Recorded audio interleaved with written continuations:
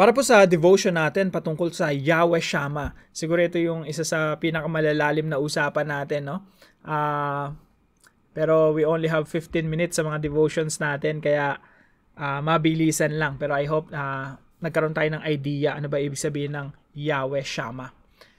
Now, dito po sa Ezekiel 48:35, sabi po rito, the Lord is there. Yan yung pangalan ng city.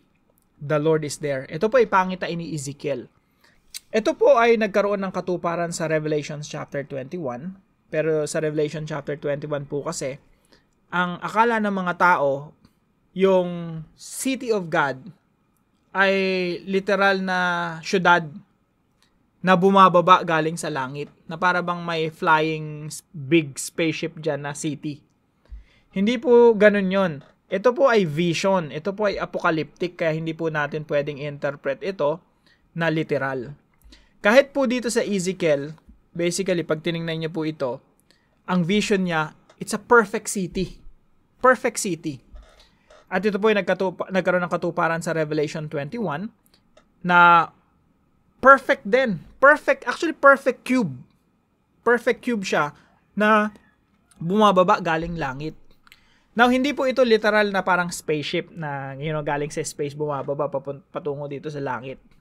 Kasi po, clear naman dito sa Revelation, bibigyan ko lang ng emphasis to, ng paliwanag to, kasi nga maraming nalilito dito. Akala nila may flying spaceship someday, no, na darating, parang city na bababa dyan sa Israel. So, i-analyze lang nating mabuti. Sabi dito, I saw the holy city, the New Jerusalem. So, that's the vision of John. May nakikita ako, banal na lungsod, bagong Jerusalem. So, sabi dito, coming down out of heaven from God. So, kung yan lang, pwede mo ang isipin na syudad nga yan. Pero kaso, inexplain na dito eh. Sabi dito, prepared as a bride. Prepared as a bride. So, ito ay hindi literal na city. Hindi ito literal na Jerusalem. Ito ay tao. Bride.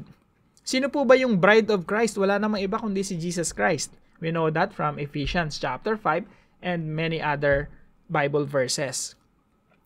So, prepared as a bride, beautifully dressed for her husband. Kanino ba ikakasal yung church? Yung bride of Christ. Kay Jesus. Sino yung husband dito? Si Jesus. And sabi dito, and I heard a loud voice from the throne saying, look, God's dwelling place is now among the people, and He will dwell with them. So ito talaga yung real intention ng Diyos to dwell with His people. Naalala niyo po sa Old Testament, yung glory of God, yung presence of God, umalis doon sa templo, doon sa Ark of the Covenant. Ganito po kasi yan, no? City of Jerusalem, temple, yung temple na yon, merong Holy of Holies. Yung pinaka-importante doon sa Holy of Holies, yun yung Ark of the Covenant. Nandun yung presence of God. Umalis yung Diyos doon sa, actually, mas maganda yan kung very detailed kasi meron niyang dahan-dahang pag-alis. Nag-exit pa yung Diyos sa yung presence of God sa East Gate. That's very important. Pero talakayin natin sa susunod. So, sa Old Testament, umalis yung Spirit of God. Pagdating sa New Testament, according rin sa prophecy ni Ezekiel, sabi ni Ezekiel, di ba? Ezekiel 10 and 11, umalis yung presensya ng Diyos. Pero, babalik yun. Yung Spirit of God, sabi niya, sa New Covenant na, sa bagong tipan. Makikita na natin sa New Testament. Sa bagong kasunduan ng Diyos at ng tao sa pamamagitan ng dugo ng ating Panginoong Jesucristo, I will put my Spirit in you. Hindi na doon sa templo babalik, sa literal na templo na tinayo ng tao na gawa sa mga bricks and mortar, no? Kundi doon sa people of God sa church. Yung Spirit of God mananahan sa iglesia. So sabi dito, I will put my Spirit in you and move you to follow my decrees and be careful to keep my laws. Bakit ganon? Kasi nga, doon sa Old Testament, hindi sila naging masunurin sa Diyos. Pero this time, bagong covenant, new covenant, yung Espiritu ng Diyos mananahan sa atin at magiging masunurin tayo sa Diyos. Kaya tayo sumusunod sa Diyos because of the Spirit of God. Kung wala yung Spirit of God sa atin, di talaga tayo susunod sa Diyos, magre-rebelde din tayo sa Diyos. Kaya kailangan ng New Covenant. Kasi sa pamamagitan ng New Covenant, Sabi dito, I'll put my spirit in you and move you to follow my decrees. Palalakarin ko kayo ng ayon sa aking mga tuntunin at magiging maingat kayo sa pagsunod sa aking mga batas. Now, balik tayo dito sa Revelation chapter 21. So, yung bride of Christ, yun yung holy city, New Jerusalem. And then, sabi dito, God's dwelling place is now among the people and He will dwell with them. Kung papaanong yung ang Espiritu ng Diyos, ang presensya ng Diyos ay umalis doon sa literal na templo, bumalik naman siya sa iglesia na, sa temple. Sabi rito sa Corinthians 3:16 and 17, 2 Corinthians 6:16, tayo na yung templo ng banal na Espiritu. Kaya po yung tinutukoy na Holy City, New Jerusalem, walang iba po yun kundi yung church, the bride of Christ. Ano po yung pinakamatibay nating pruweba? Nakita nyo po ito, the New Jerusalem, the bride of the Lamb. One of the 7 angels who had the 7 bowls full of the 7 last plagues came and said to me, "Come, I will show you the bride, the wife of the Lamb."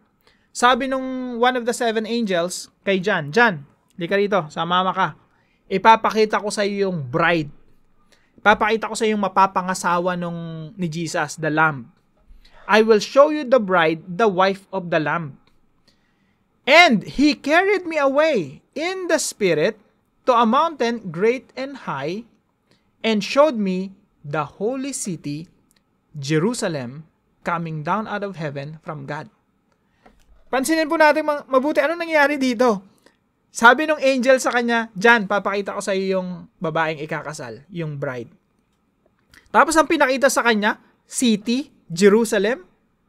There's something wrong kung isipin mo. Kung gagawin mo siyang literal, there's something wrong. Kala ko ba, wife, the bride, the church? Ba't ang pinakita mo sa akin, holy city, Jerusalem? Yun nga po kasi yun, mga kapatid. Hindi natin siya i-interpret na literal na city. Yung holy city, Jerusalem, walang iba yan kundi ang bride of Christ na tinatawag ring the temple of the Holy Spirit na tinatawag ring church, the body of Christ. So, dito po malinaw, no? Yung binabasa ko lang naman to, hindi ko naman masyadong ini-interpret. Yung revelation na rin ng nagsasabi na yung bride, the wife of the Lamb, ay holy city, Jerusalem. Meaning to say, mga kapatid, tayo na yung New Jerusalem. Tayo na yung holy city. At tayo na yung pinananahanan ng presensya ng Diyos sa pamamagitan ng Santong Espiritu. Kaya po, mga kapatid, this is something awesome, remarkable, na nung mga panahon ni Jan, nung mga panahon ng mga apostol, talagang mind-blowing to eh.